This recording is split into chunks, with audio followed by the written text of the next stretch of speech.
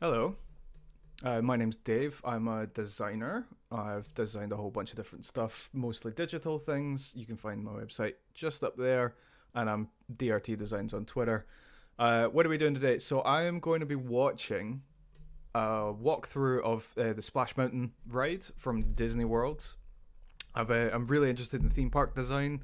I've designed a lot of things from video games to apps and clothes and things like that. But one thing I've never really done is the like physical design, spaces, attraction pieces, props, that kind of thing. And I'm really interested in that stuff. I've kind of immersed myself in a lot of the history of those things, watch a lot of documentaries about it, read a lot about it. But one of my kind of chill out pastimes, I watch a lot of random videos usually on the background when I'm working, and one of my favorite things recently has been to just have theme parks going, theme park walkthroughs, ride walkthroughs, stuff like that. Usually that kind of ambience.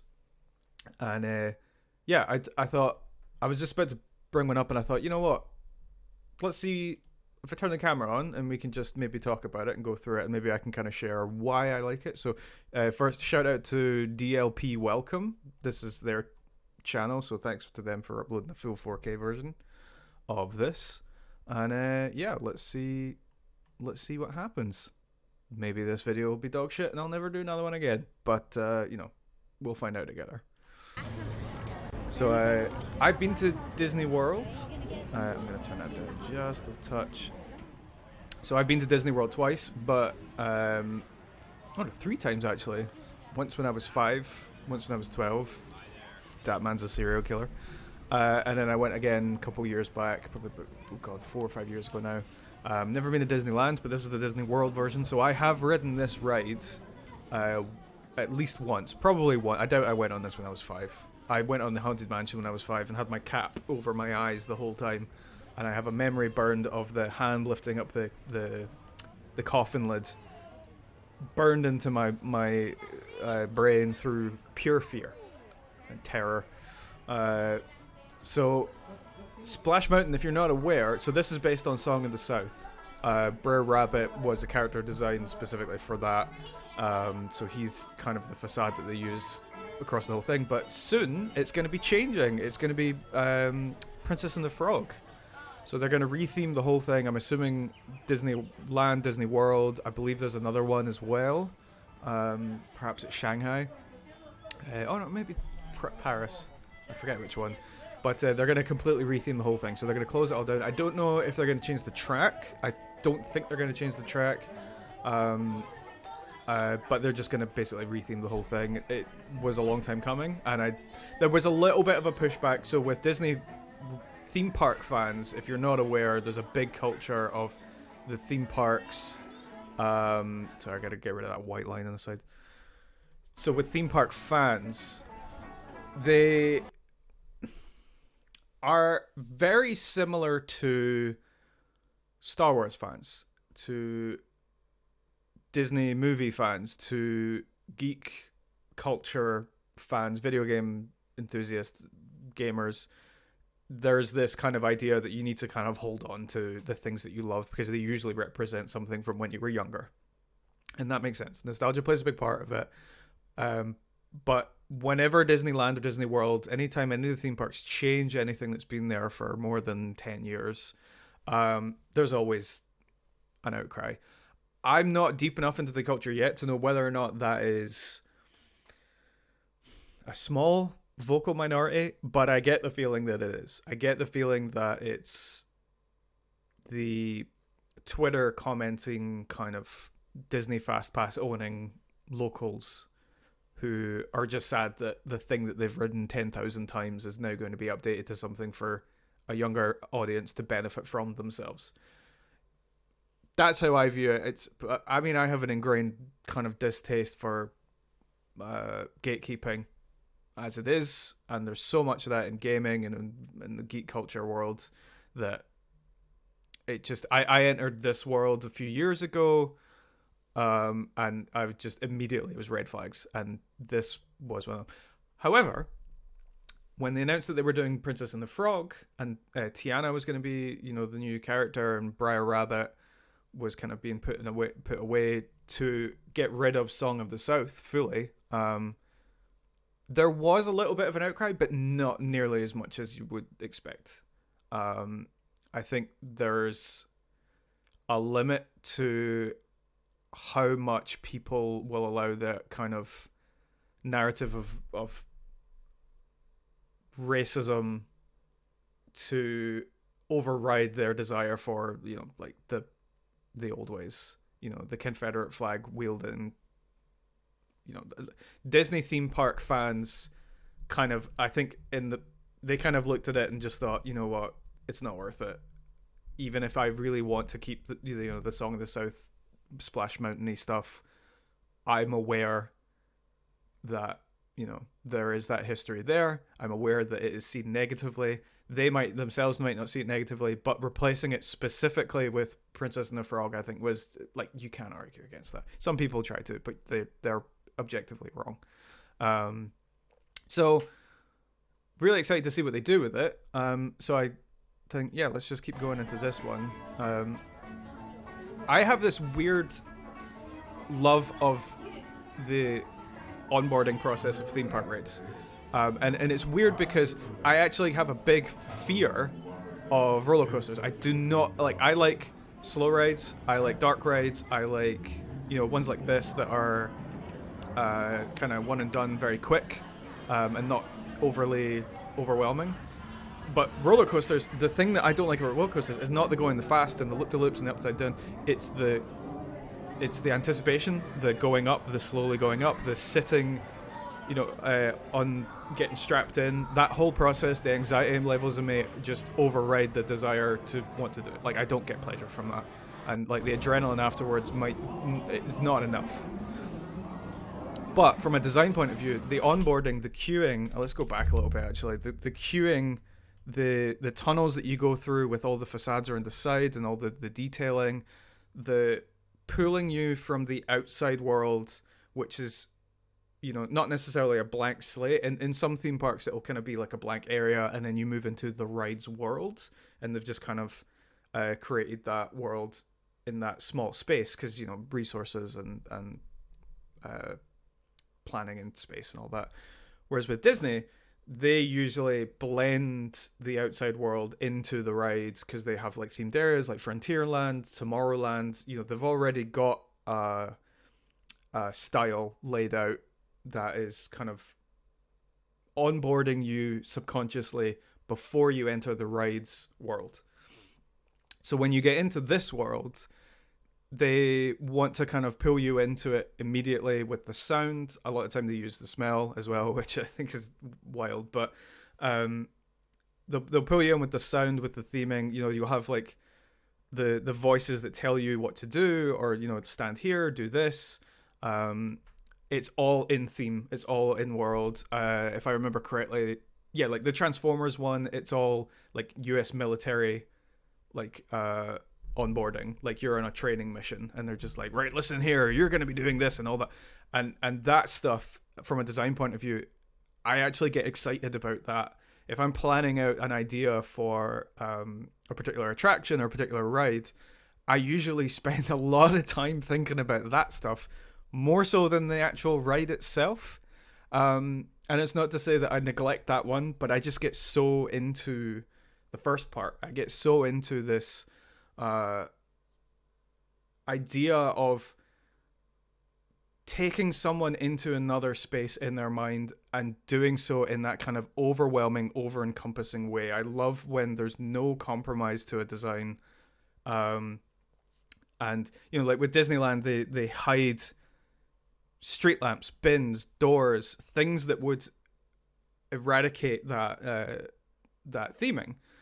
They get rid of it entirely. It's not necessarily it's gone, but they think about every single thing. So the light above this guy here, they'll have thought about the casing that goes in, the type of light, the color of light, the how much that makes you go, oh, that's just a fluorescent light that you see at Walmart. They go, okay, no, we have to cover that and make it look like it's a light that's in a mine shaft. So they'll rust around the edges, they'll paint around the edges to make it look like rust. That kind of stuff really, really excites me. And yeah, I think Splash Mountain, I mean, it's a classic, but it's still got, all the wood paneling, the fake wood paneling. They're introducing you to the characters before you go on the ride. So before you go on the ride, you have an understanding of some of the characters, the time period, the music kind of tells you like what part of the world you're in. And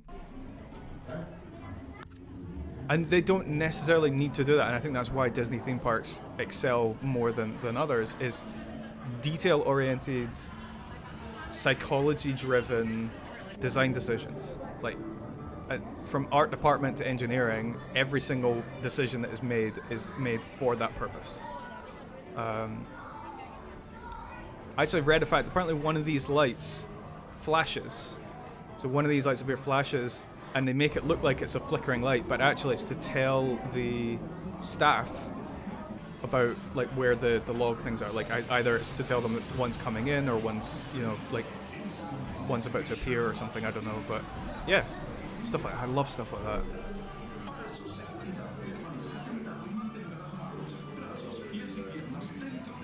Oh, that's Spanish. Oh yeah, they read it out in different languages.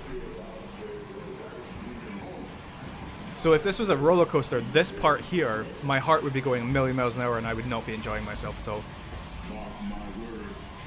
Mark my words.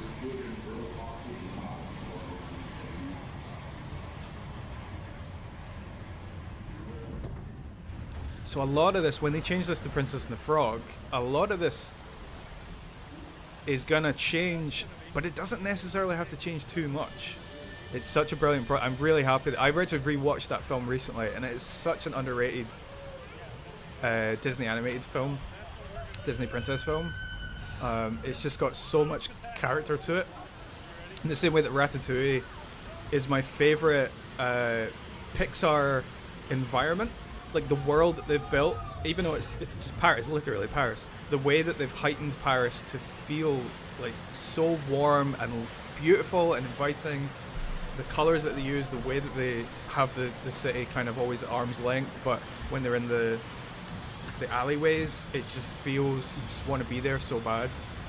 I think Princess and the Frog has that a lot as well, with the music and the ambient sound of the swamps.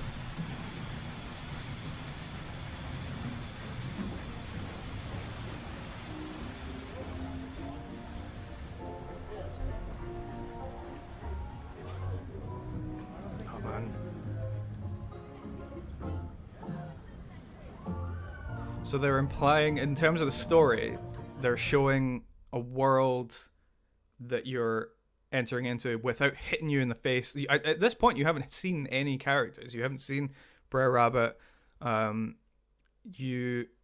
It's almost like you're walking through the woods and you're just finding like, oh my god, there's like all these little bits here, and they've designed it from the story. They've laid out the track and the props based on the story that they've written out. Like Mark Davis was always really into story-driven rides. That yes, you've paid to go on a log flume, but the whole point of it is to, from the moment you decide to go on the ride, to enter into a world and have a story kind of played out to you.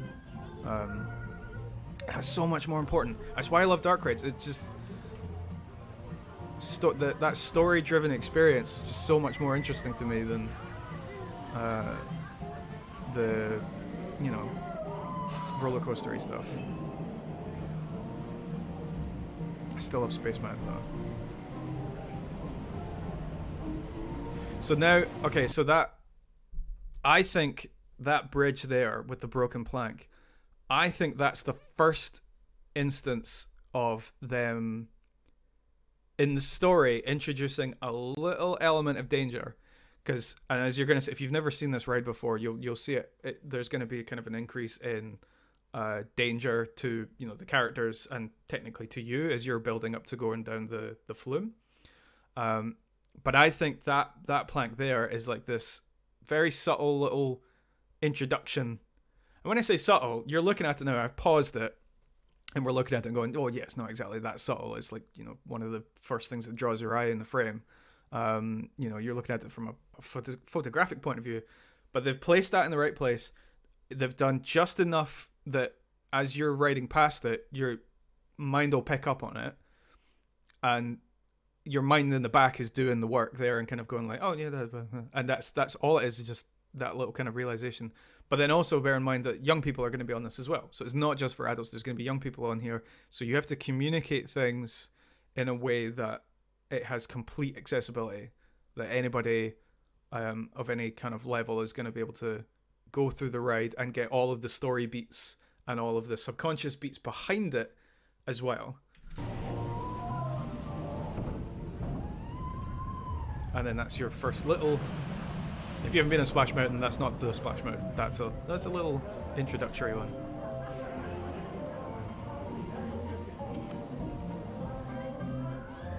So now that we're indoors, you can kind of control the light a bit better. So they're starting to use spotlights, almost like a pop-up book in a way.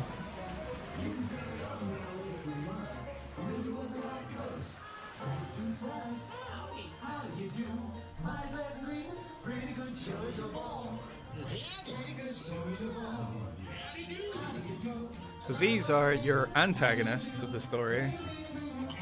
And there's Brer.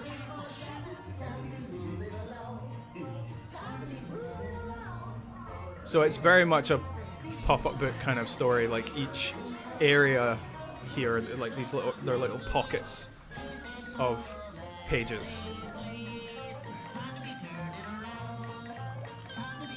And bear in mind, if you don't speak English, or if you don't understand, if you're deaf, for example, you don't need any of this dialogue and story to be able to tell what's going on. You can get these ideas. See, there you go. I mean, it's like a Looney Tunes character show. Like Looney Tunes, from a design point of view, I reference Looney Tunes more than I think any other like piece of media. When I was designing for virtual reality, you're looking at all these gesture controls, and you're looking at the way in which you're taking someone and plonking them into an environment that's wrapped around them, and they have to interact with the world or with items or whatever in that space. And I always reference Looney Tunes because if you're looking at gesture controls, and this isn't just VR, this is like the Wii, this is anything with an accelerometer. If you're asking a player to perform an action, if you're asking them to like shake up a can, shake up a can, or use like a fishing rod or something, all of the actions and all of the ways in which people are going to physically embody that should be fun before you even put it in the game, even if it makes sense to make it the not fun version. So like the one I was using is like the fishing rod. Like if you tell a kid, the 4-year-olds, like, hey, let's pretend fish, they'll do the thing that they see in cartoons where they cast it out and they do the little hand circle. And it's because that's fun. I'm not, even if you're not holding anything, just pretending to do that and, like miming it is fun. So then it's a no-brainer. You put that in VR and you have the two controllers and you just do this action and then you spin this.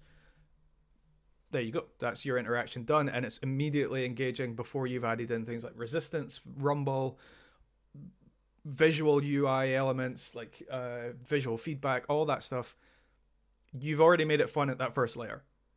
And I think when you're designing theme park rides, it seems like that first layer of you describe the world to people. You give them a little bit of the story, the elevator pitch of the story. You say, it's a roller coaster about X plus Y. And immediately if people go, oh, there you go. You're onto a winner. Everything else is set dressing. Whereas if you do it the other way around and you explain to someone, your idea or your gesture, or if you're in VR and the game suddenly tells you, okay, bounce this basketball, fake basketball. Doing this, that sucks. That's boring. And my arm gets tired and I don't want to do it after like 10 seconds.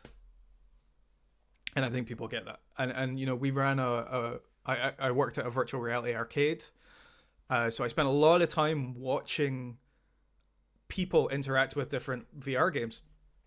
And I learned so much about design from seeing people of all ages and all most people had never played VR because it was it was in a public mall, shopping center, whatever you want to call it, and people would just come in and they'd pay money to play a selection of VR games, and they'd never played VR before. So I got to see what their expectations were and what the game gave back to them. So if the game says bounce this ball, they would do an action, and if the game didn't react to that, they would get frustrated and they'd move on to the next game. So there's a lot to learn purely just from watching people, and I've walked myself into a tangent here talking about this, but basically to bring it right back, lighting, music, the dialogue, the quality of the animatronics, the ride itself, all of those things are set dressing. All of those things are where you excel and where you polish, and where Imagineers and Disney World theme park designers take that core concept and make it really genuinely special, like really all encompassing and amazing. But I think even they couldn't salvage something that had a crappy premise right from the beginning, or something that when you tell people immediately what it is, like for instance, we're going to make a log flume ride based on Princess and the Frog. I mean, it gets you right. It's already laid out for you.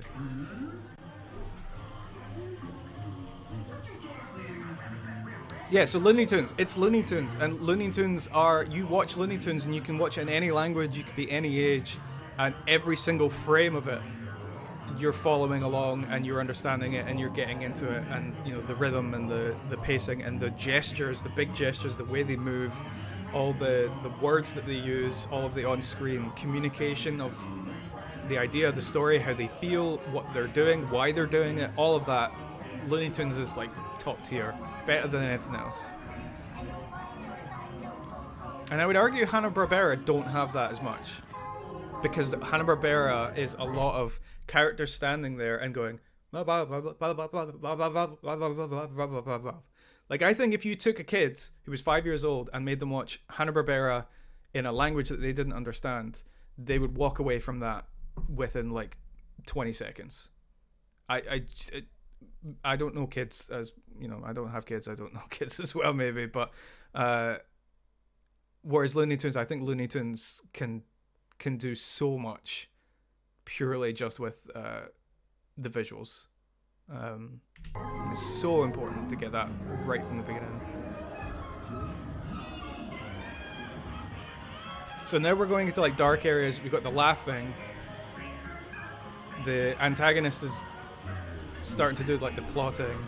The writing is now like written in paint on the wall, like it's before everything was on like signs, whereas now it looks like someone's kind of scribbled it on, almost like a warning. And we're going into pure darkness. So they've controlled the light in this indoor space, and they've reshifted everything. They've already contextualized everything leading up to this, from the cue to the beginning of the ride.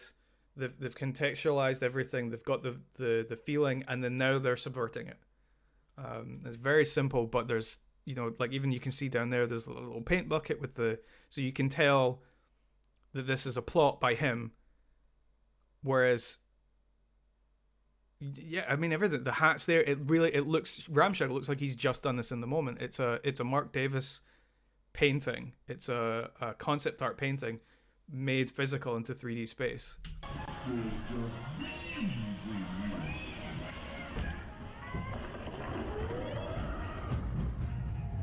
So that was a drop, in case you didn't catch that.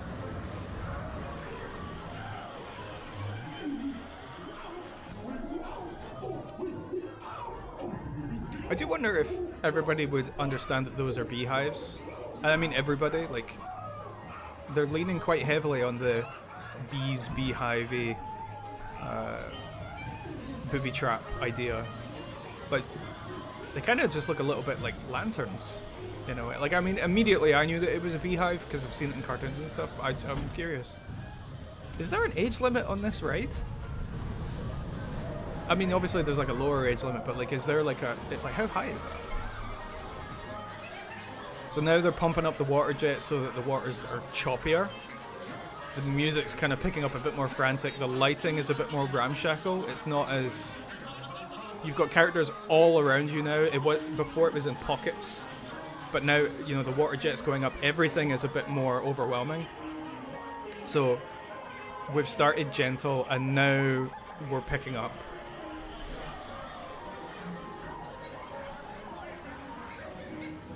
All the characters around you are kind of pushing this idea of like, oh, you're in danger. Oh, you better get out of here.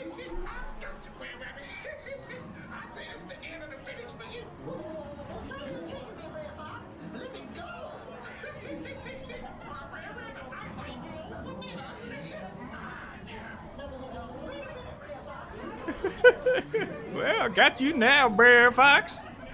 Oh, my one was a bit too old. He's not an old man. You better be careful there, bro.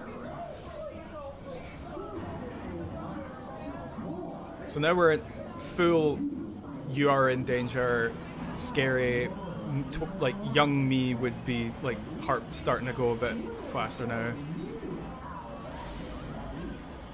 Have they got hats on like Undertakers? That's brilliant.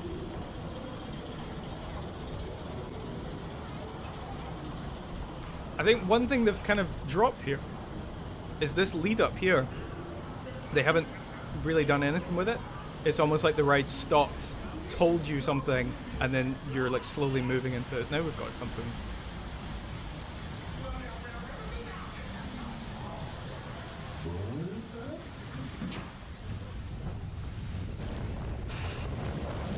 And there's the bit, the whole point of the ride, the fun bit.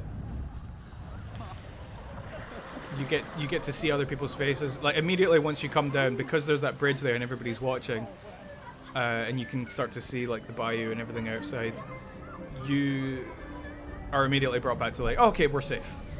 I can't remember which Imagineer it was, but I was watching something where they were talking about designing for Thrill, and they described it as, and this might be a really famous quote, so like amongst theme park designers, so I'll be showing my amateurism here, but he described it as getting as close to death, or believing you're as close to death as you possibly can be before pulling that away and realizing that you're safe. So you kind of want like a simulation of dying, almost.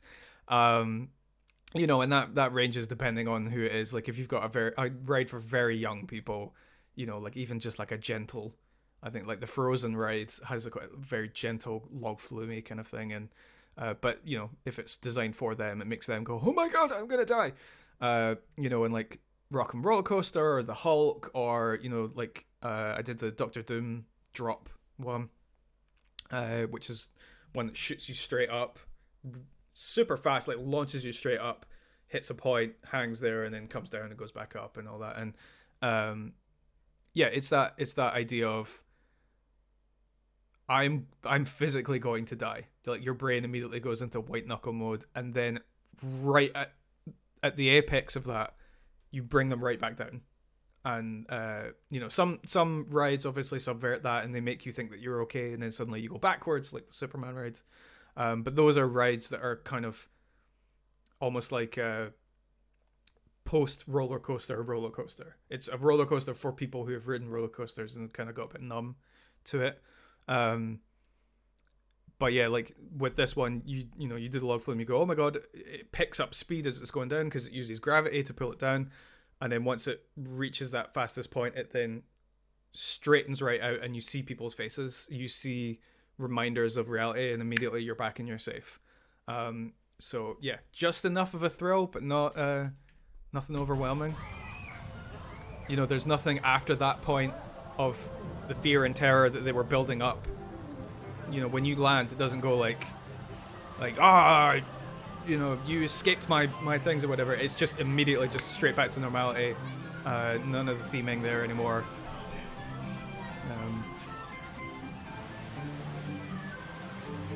I think the rest is just queuing to go back to the beginning. Lovely music.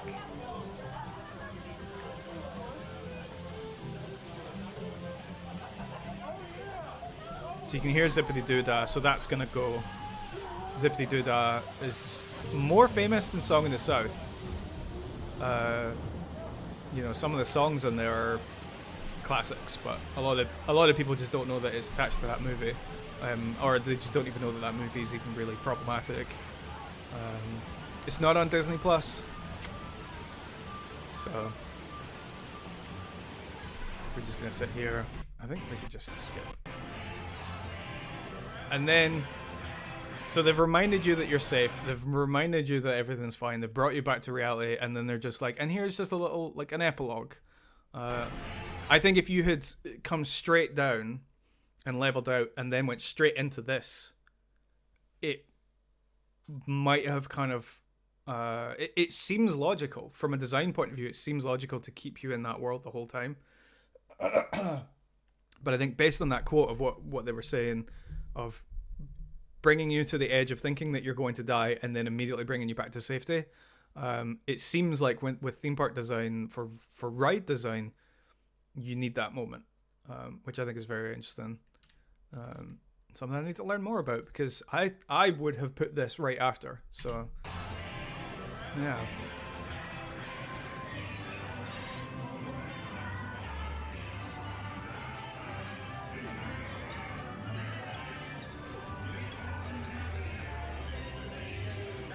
Whenever Disneyland change rides,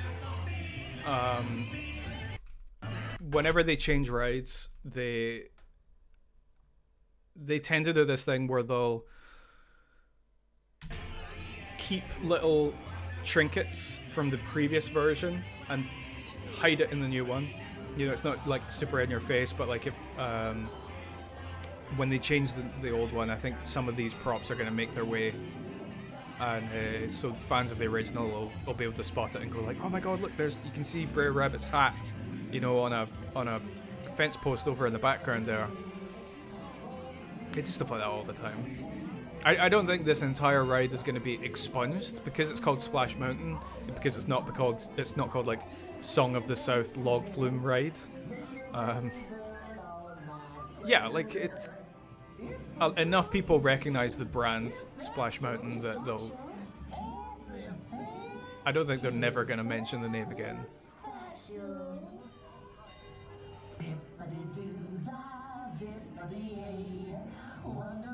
I will say, if you are not like, if you're just watching this video, just, you know, for whatever, and you're not really that into theme park design or theme park history,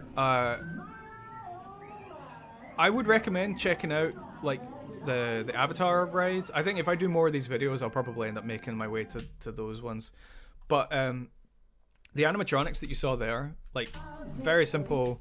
Like, Brer's just got the foot and the head or the body moving.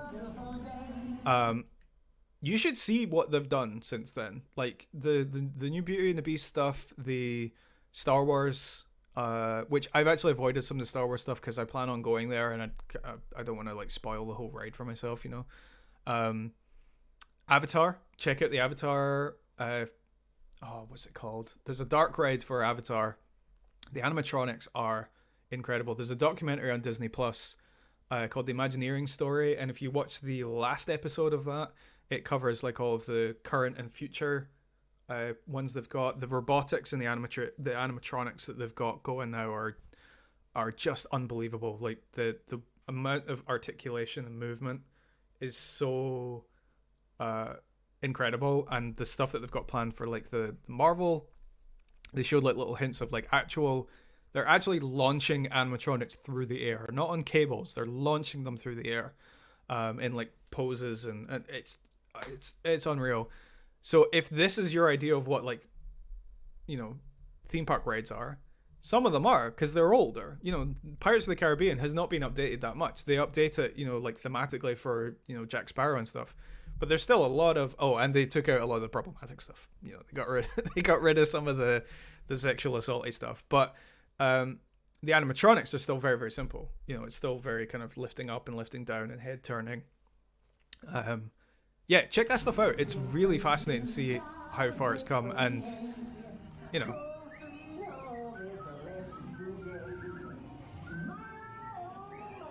Yeah, so I really enjoy talking about this stuff. I don't know how long this video was. This is my first time recording it. I literally jumped into it. You might have been. My hair is still wet from the shower. Like I don't know. I felt like doing it, and yeah. If you enjoyed this, let me know. If it was too long, let me know. If the sound levels were messed up or anything like that, that's the kind of stuff that I'm trying to iron out at this stage. Yeah. So thank you for watching this Splash Mountain video. Maybe I'll do another one.